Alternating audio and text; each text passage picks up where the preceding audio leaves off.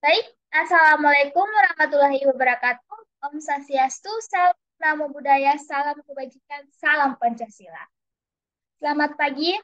Sebelumnya, saya ucapkan terima kasih kepada Ibu Rafika, SPD MPD, selaku dosen pengampu mata kuliah struktur hewan yang telah memberikan kesempatan bagi saya untuk prestasi pada pagi hari ini.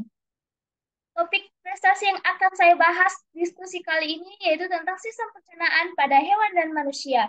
Tentunya saya perkenalkan diri saya terlebih dahulu. Nama saya Hini Chandra dengan NIK A221220098.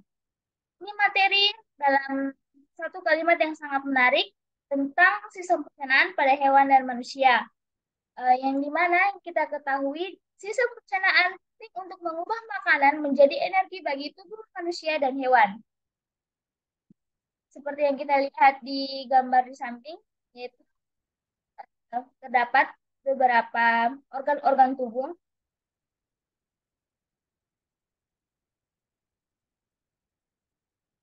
Baik, saya akan membahas tentang apa sih sistem pencernaan itu.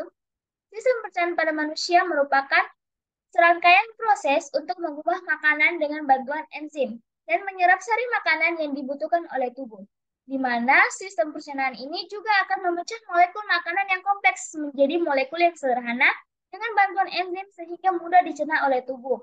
Sistem pencernaan ini memecah gumpalan besar makanan yang dimakan menjadi bagian yang cukup kecil untuk melewati dinding usus dan dilarutkan dalam darah. Sistem ini memiliki tiga fungsi utama. Yang pertama, memecah makanan menjadi molekul yang dapat digunakan oleh tubuh. Kemudian yang kedua, menyerap molekul-molekul tersebut ke dalam darah dan dilahirkan ke seluruh tubuh. Kemudian yang terakhir ada sisa-sisa pencernaan dari tubuh. Baik,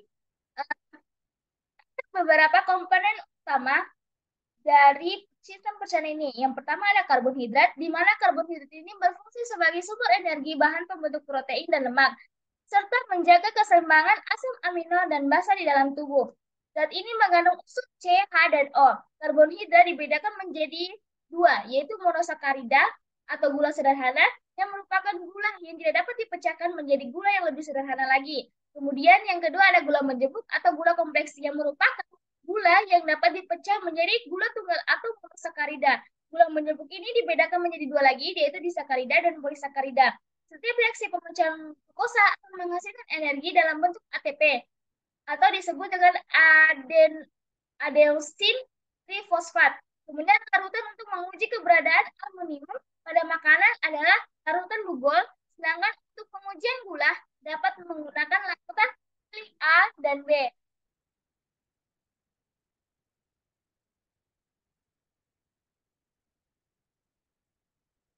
Kemudian ada protein. Protein tersusun dari unsur C, H, O, dan N, serta kadang-kadang juga mengandung unsur P dan S. Satu molekul protein terdapat dari beberapa asam amino.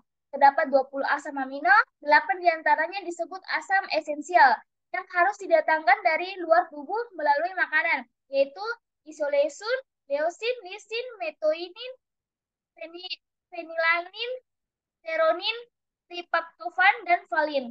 Protein berfungsi sebagai sumber energi, bahan penting untuk plasma sel, zat pembangun pengganti zat sel yang rusak, pembentukan enzim, hormon, dan antibodi, serta mempertahankan fiksositas darah. Protein terdapat beberapa makanan, seperti telur, daging, ikan, susu, belut, udang, cumi-cumi, hati, ginjal, otak, kedelai, kacang, kacang tanah, petai, gandum, dan lain sebagainya. Nah, larutan yang menguji pada keberadaan protein pada makanan adalah diuret atau reagen nilonase. Nah, kemudian ada lemak. Lemak tersusun dari unsur C, H, dan O. Lemak merupakan sumber energi yang menyediakan kalori terbanyak bagi tubuh. Itu lemak juga berfungsi sebagai pelarut vitamin A, D, E, K, dan zat lainnya. Pembangun bagian tubuh sebagai organ atau bantalan, serta pelindung suhu dari darah rendah. Kemudian lemak dibedakan menjadi tiga, yaitu lemak sederhana yang terdiri dari lemak dan minyak, kemudian lemak campuran atau fosfolid, dan liposprotein, serta lemak asli. Di mana lemak asli ini em, terdapat terdapat sterolil.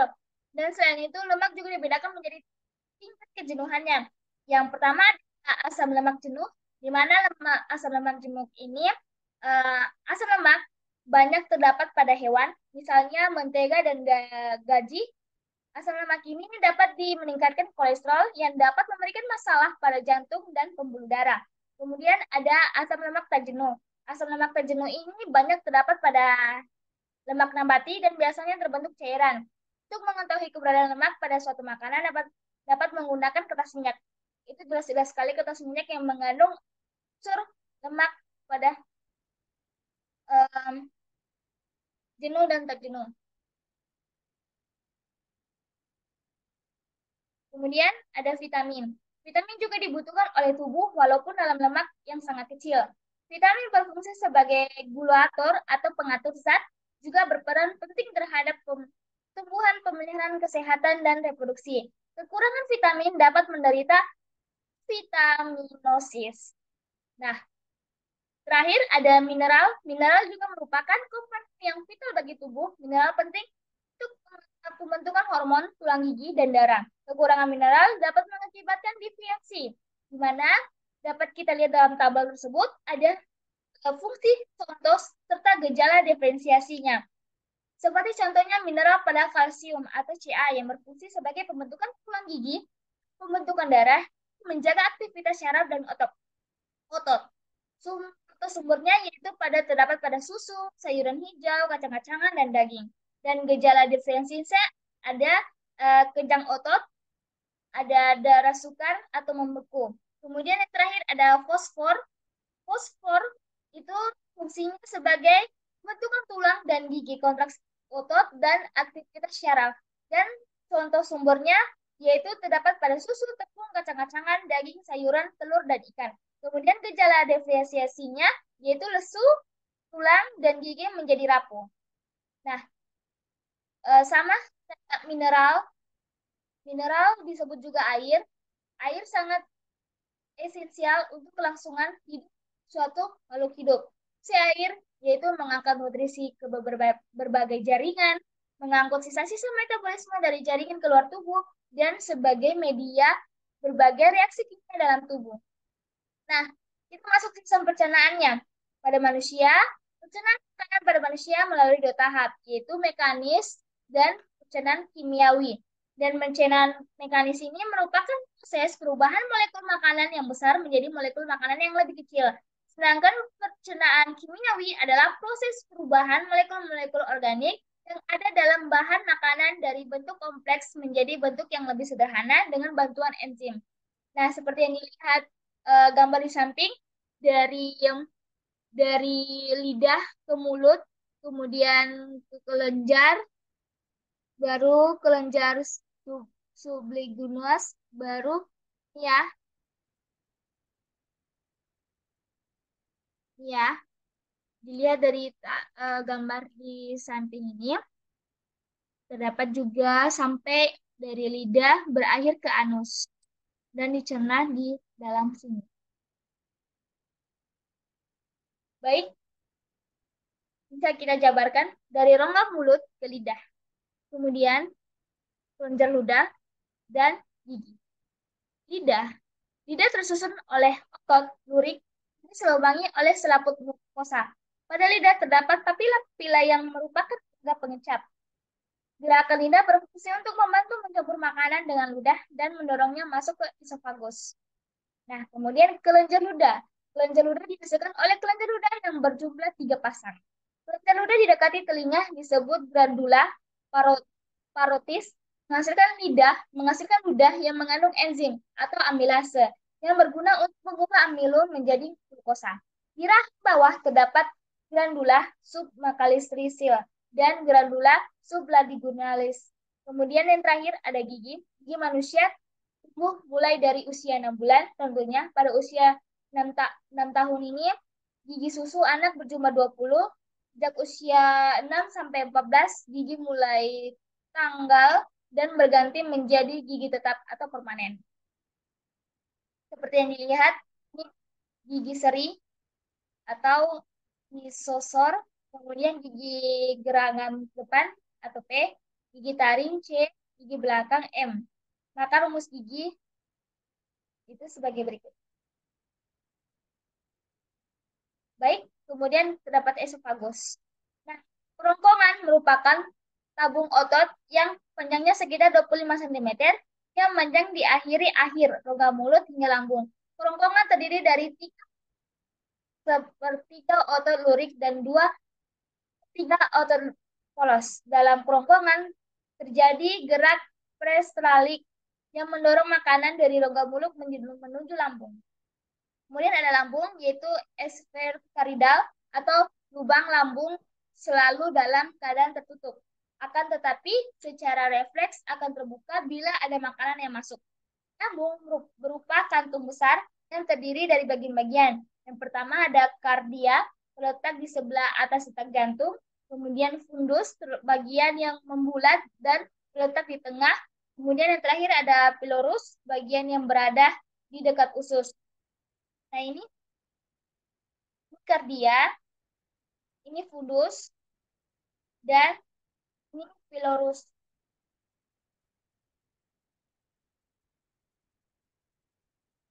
Kemudian ada lambung, kelenjar getah lambung yang terdapat di dinding lambung menghasilkan asam lambung. Asam lambung mengandung HCl atau enzim-enzim pencernaan dan makrosa. HCl ini berfungsi untuk membunuh kuman dan mengaktifkan enzim pepsinogen dan pepsin. Dan pepsin ini berfungsi untuk mencegah protein menjadi protase. Kemudian dalam lambung terdapat pula enzim atau renin yang mengupal kain susu. Sedangkan makrosa atau lendir yang pada lambung yang berfungsi untuk melindungi dinding lambung dari abrasi asam lambung. Kemudian lambung akan membentuk pur atau kim dari makanan tersebut. Kemudian kim ini akan bergerak menuju bagian pilorus akibat gerakan peristaltik dan keluar dari asam menuju usus halus.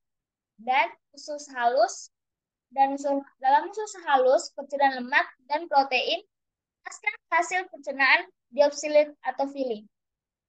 Dan usus halus ini berupa tabung yang panjangnya sekitar 6,8 meter terdiri atas 3 bagian, yaitu diodum, usus 12 jari yang panjangnya sekitar 25 cm, jejunum yang panjangnya sekitar 2,5 cm, dan ileum dengan panjangnya sekitar 3,6 meter. Pada dinding halus terdapat fili dan makrofili yang berfungsi memperluas permukaan jangkauan absorpsi.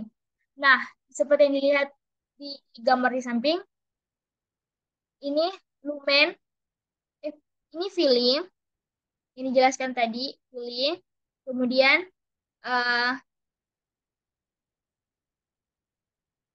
ini lapisan otot, sel-sel absorbtif dan lateral, kelenjar duodenal, submusa. Ini irisan melintang pada sel fili. Yang tadi saya jelaskan, pada dinding usus halus terdapat fili dan makrofili. Kemudian makrofili yang berfungsi memperluas permukaan absorpsi. Dinding halus banyak mengandung kelenjar makrosa yang menghasilkan 3 liter getah per hari yang mengandung enzim, yaitu terdapat 4 sakarase, yaitu mencerna sukrosa menjadi glukosa dan fruktosa. Kemudian ada maltase, mencerna maltosa menjadi glukosa. Ada laktase, mencerna laktosa menjadi glukosa. Dan erepsinogen mengubah pepton menjadi asam amino. Kim yang berasal dari lambung tadi bersusunan asam bersuasana asam karena mengandung HCl. Hal ini merangsang usus 12 jari untuk mengeluarkan hormon leukositin dan sekretin. Hormon leukositin merangsang kelenjar empedu yang mengeluarkan empedu. Untuk mengeluarkan empedu tersebut, Sedangkan kerja sama antar kedua hormon tersebut merangsang pankreas mengeluarkan sekretennya. Nah, ada pankreas. Pankreas ini em, bisa disebut dengan hormon atau sekretin dan kolesitinin merangsang bagian ekskrokin pankreas agar mengekskresikan ion enzim dan proenzim. Ion mengandung bikarbonat yang berfungsi menetralkan kim sehingga enzim-enzim pankreas dapat bekerja. Enzim-enzim pankreas yang saya bilang tadi yaitu meliputi lipase yang berfungsi untuk memecah lemak. Kemudian ada amilum yang mencerna amilum menjadi maltosa. Kemudian ada tripsinogen yang kemudian diubah menjadi tripsin berfungsi untuk mengubah protein dan pepton menjadi peptida serta asam lemak dan glycerol. Kemudian beranjak ke usus besar, di mana fungsi utama organ ini adalah menyerap air, membentuk massa fases, dan membentuk lendir untuk melapisi makosa. Di dalam usus besar terdapat bakteri yang membantu manusia untuk menghasilkan vitamin K dan biotin. Vitamin K dan biotin ini diserap masuk tubuh melalui dinding kolon. Kemudian dalam sistem pencernaan, posisi kolon mula-mula naik, yaitu dimulai dari sekum atau usus buntu, kemudian mendatar dan diakhiri turun dari sampai poros usus atau disebut dengan rektum. Nah, dari kolon naik disebut kolon ascendens, di mana kolon mendatar disebut kolon transversum, sedangkan kolon menurun disebut kolon descendens. Nah, ini kolon iscendens, kolon intraversum, kolon descendens, dan uh, ini gambar usus ya, usus besar. Kemudian saluran pencernaan pada manusia dari rongga mulut, pencernaan mekanis atau dan mikiawi, kemudian ke esofagus, gerakan perisantetik, kemudian ke lambung, pencernaan menghasilkan kim, kemudian usus halus, yaitu pencernaan dan penyerapan sari makanan, dan usus besar, penyerapan air dan pembentukan fases, kemudian ada rektum, dan beranjak ke anus atau defekasi. Nah, sekarang kita masuk ke sistem pencernaan makanan hewan pada mamalia. Sistem pencernaan manusia pada hewan mamalia pada umumnya sama dengan manusia, kecuali pada susunan dan bentuk gigi serta struktur lambung, khususnya pada hewan pemamah, biak, dan hewan karnivor. Nah, seperti yang dilihat, ini ya, dia punya sistem pencernaan pada hewan mamalia. Contohnya saya ambil pada sapi. Kemudian sistem pencernaan pada hewan yaitu herbivora. Contoh sapi yaitu saluran pencerna pada hewan herbivor dimulai dari mulut. Herbivor memiliki cocok untuk mengunyah tumbuhan serat tinggi. Kemudian ada karnivora, contohnya singa. Saluran pencernaan pada hewan karnivora ini dimulai dari mulut. Karnivor memiliki taring yang tajam untuk merobek dan mengunyah daging. Kemudian ada Hafes.